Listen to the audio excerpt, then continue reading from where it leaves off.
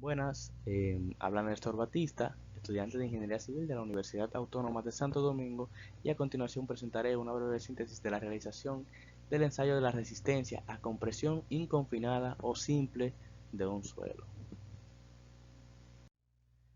Para la determinación de la resistencia a compresión simple de un suelo, se deben conocer primero las normas que rigen este ensayo.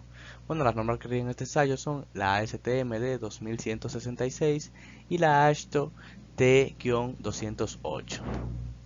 Los objetivos que tiene este ensayo son varios, pero el objetivo principal es determinar la resistencia a la compresión simple de un suelo.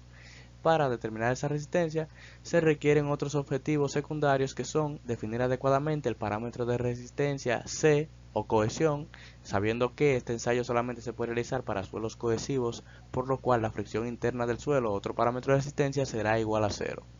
Luego, reconocer y utilizar correctamente los materiales y el equipo necesario para la realización de este ensayo de compresión no confinada, eso es elemental, y construir el gráfico esfuerzo de formación a partir de los datos obtenidos y las fórmulas teóricas necesarias, como veremos más adelante. Otros datos importantes que hay que tener en cuenta son la velocidad recomendada para la realización de este ensayo. Bueno, se recomienda usar velocidades que sean de 0.5% a 2% de la longitud inicial o altura inicial del subcero, y ese resultado sería en milímetros por minuto. Por ejemplo, si una muestra tiene una altura inicial de 50 milímetros, pues si decidiéramos tomar, no sé, 0.5%, por ejemplo, ¿verdad? Teniendo una altura inicial de 50 milímetros, entonces la velocidad sería de 0.25 milímetros cada minuto, para que se entienda. Entonces la máxima duración del ensayo se recomienda una duración de 10 minutos, o sea que debe fallar nuestra probeta de suelo o muestra de suelo, debe fallar en 10 minutos o menos. ¿Por qué? Porque está expuesta a un aire seco, lo cual variaría ¿verdad? La composición de la muestra, la cual fue llevada como una muestra inalterada al laboratorio, pero si se expone demasiado a un aire seco, entonces cambiaría, eh, aunque sea ligeramente, la composición interna del suelo, causando que los datos no sean correspondientes a los datos reales del suelo de donde se extrajo esta muestra. Luego, si no falló entonces en 10 minutos, por lo que ya se dijo anteriormente, no se permitirá seguir mucho más adelante. Se deberá, bueno, como dice aquí, si la muestra no rompe de forma convencional en este lapso de tiempo, entonces se toma como esfuerzo de rotura el dato obtenido al 15% de la deformación unitaria.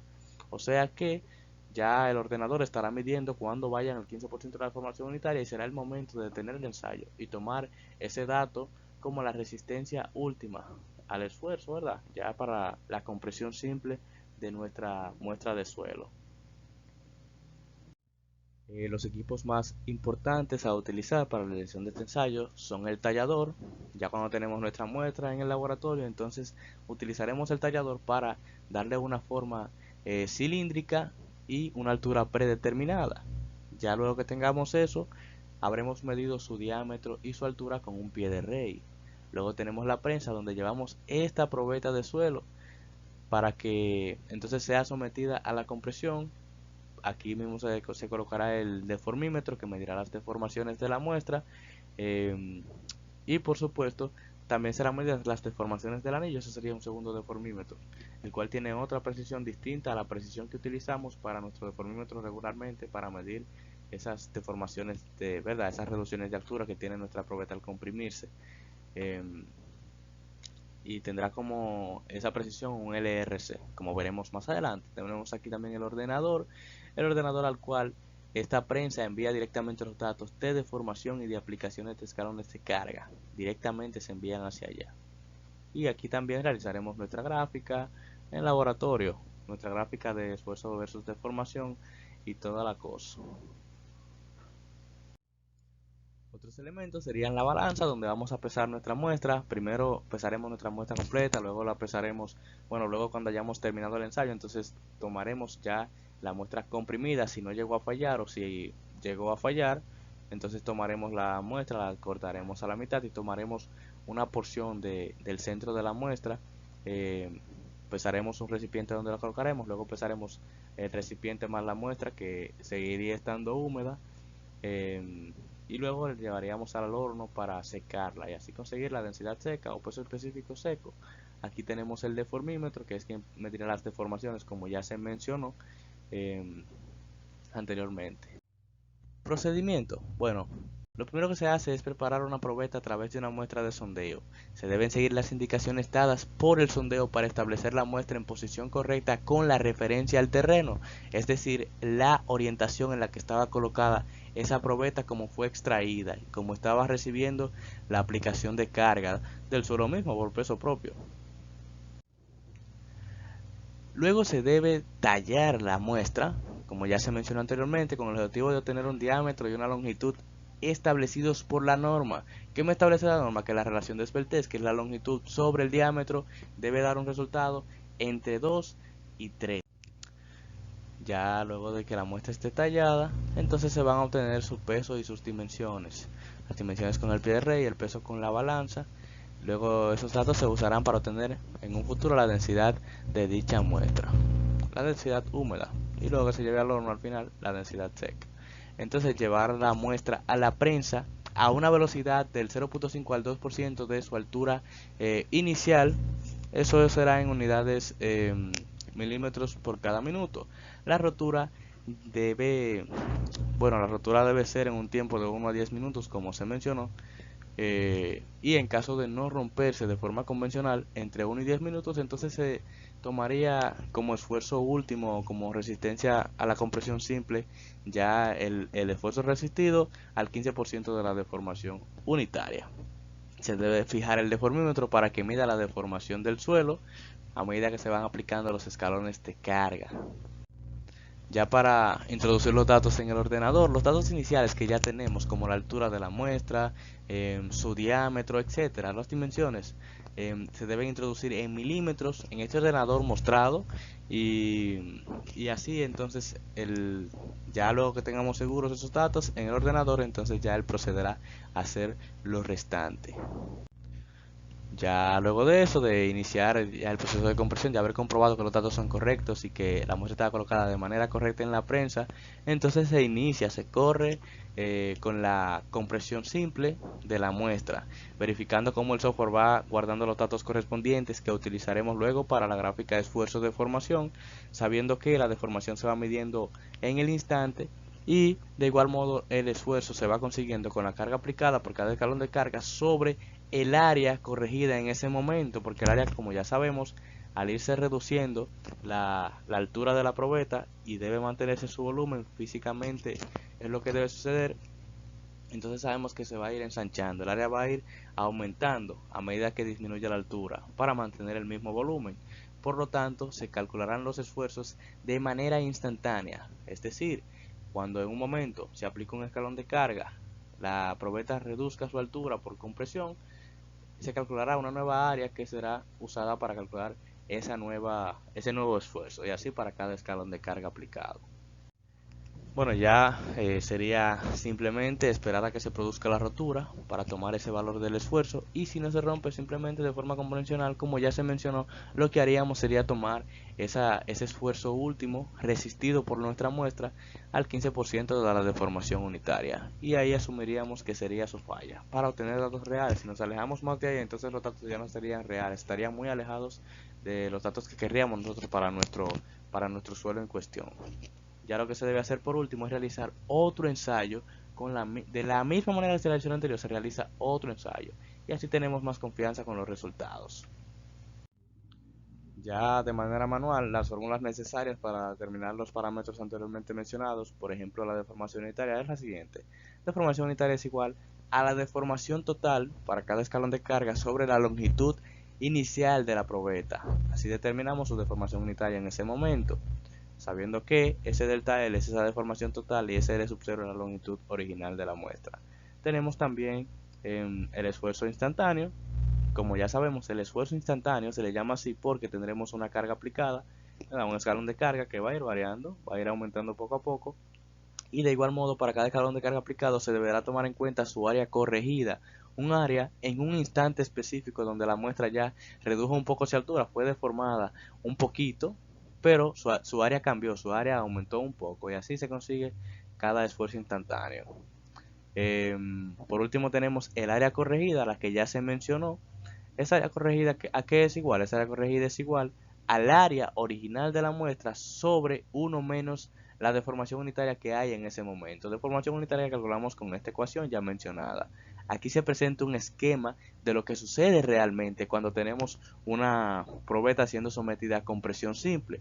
Lo que sucede es que se va reduciendo su altura por la aplicación de la carga y por tanto para mantener su volumen como físicamente debe hacer, entonces va ensanchándose, como pueden apreciar.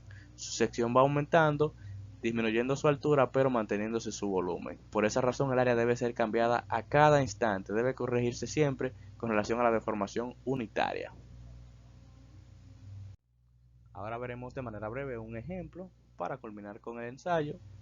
Un ejemplo cuyos datos están dados aquí. Aquí podemos ver el diámetro de la muestra, 25 milímetros, su altura, 50 milímetros, la relación de Esbelteses 2 cumple con lo anteriormente mencionado, el área inicial, 490.9 milímetros cuadrados, datos ya tomados con la balanza, por ejemplo, el peso tomado con la balanza, densidad húmeda, densidad seca, datos calculados de acuerdo a los anteriormente mencionados, la velocidad del ensayo, se decidió tomar 0.5% de la longitud L sub 0 por cada minuto, como su altura inicial es 50 milímetros, entonces su velocidad del ensayo será 0.25 milímetros por cada minuto.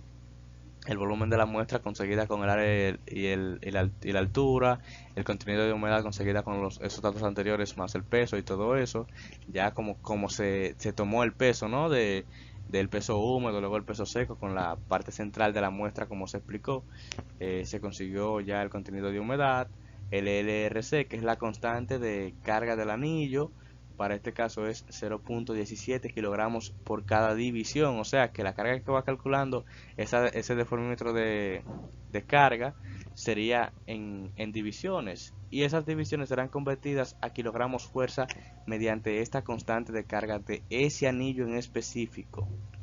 Y por último, la deformación máxima 38.1 milímetros que representa un 76% de la altura de la probeta. Aquí tenemos nuestra tabla. Como podemos ver, aquí tenemos la lectura del deformímetro para cómo se va deformando nuestra probeta de suelo. Y aquí tenemos el deformímetro de carga que va midiendo esas divisiones que luego convertiremos posteriormente con el LRC a cargas en kilogramos fuerza. Primero con la deformación total dada para cada escalón de carga, la convertimos con respecto a la precisión 0.001 pulgadas, es la precisión del deformímetro utilizado, la convertimos cada una de ellas a centímetros. Entonces debemos multiplicar primero eso que es pulgadas por cada división por las divisiones dadas y eso multiplicarlo por 2.54 centímetros por cada división para convertirlo finalmente a centímetros. Ya que tenemos eso, entonces calculamos la deformación unitaria. La deformación unitaria, como ya se presentó en la fórmula, sería simplemente ese delta L, ese cambio de longitud total, sobre la longitud inicial, ese L sub 0, que estaba en 50 milímetros, o sea, 5 centímetros. Y así se hace la división con cada uno.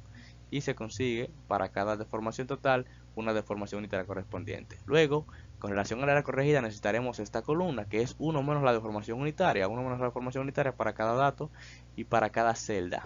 Luego que tenemos eso, entonces calculamos el área corregida, el área que va variando de acuerdo a la aplicación de cada escalón de carga, donde se va reduciendo la altura de nuestra probeta, se va deformando poco a poco, entonces se va dando también una nueva área, un área más grande.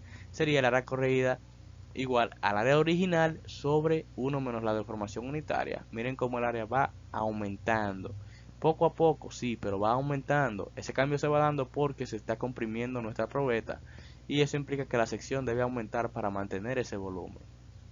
Luego tenemos la carga total. La carga total se calculará con la deformación de la carga, el deformímetro de carga, perdón, que me está midiendo divisiones. Y yo multiplicaré por el LRC, la constante de carga del anillo, que es para este caso 0.17 kilogramos por cada división, lo multiplicaré por 8, por 10, por 15 y así, etcétera, etcétera, consiguiendo todas las cargas totales de acuerdo a cada escalón de carga aplicado por la prensa.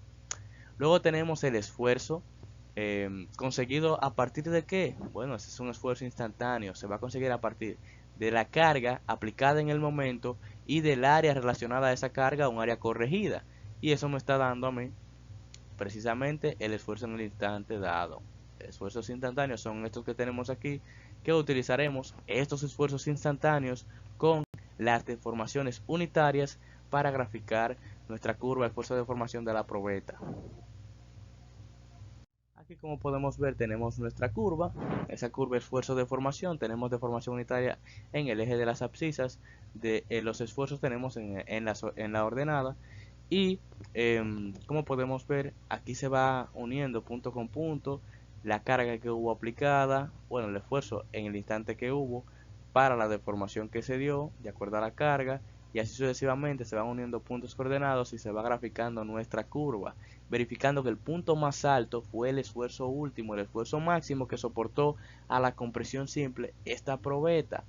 Ese esfuerzo último aquí ya llegó a la rotura. Ese esfuerzo que resistió, la resistencia que tiene esta, esta probeta de suelo a la compresión simple es un Q sub U, que es el dato inicialmente deseado, dato que queríamos en un principio, igual a 1.29 kilogramos sobre centímetros cuadrados, que como se vio en la tabla anterior, era el mayor valor dado, de acuerdo a las cargas aplicadas y a las áreas corregidas. Ya teniendo eso en consideración, podemos con el círculo de Moore determinar ya finalmente la cohesión del suelo y por tanto la resistencia al esfuerzo cortante o al corte del mismo. Entonces, para la determinación de resistencia al corte de un suelo cohesivo, tenemos el círculo de Moore. Aquí en el círculo de Moore, de manera breve, se puede decir que el esfuerzo principal menor, sigma 3, o esfuerzo de confinamiento, que es lo mismo, es igual a cero para esta prueba porque es una prueba inconfinada o no confinada. El esfuerzo de confinamiento es igual a cero, que es la distancia que existe desde el origen de este eje que involucra en las abscisas al esfuerzo normal y en la ordenada al esfuerzo cortante. Ese origen, esa distancia que hay desde el origen hasta el inicio del círculo sería el esfuerzo de confinamiento o el esfuerzo principal menor. En este caso es cero, por tanto el círculo toca el origen. Luego tenemos la distancia que existe desde ese origen hasta el final de la circunferencia, que es nuestro esfuerzo principal mayor, sigma 1, que es lo mismo que también la resistencia a la compresión simple, igual a Q sub U. Este valor que tenemos aquí, 1.29, el mayor que conseguimos, como vimos en la tabla y en nuestra gráfica.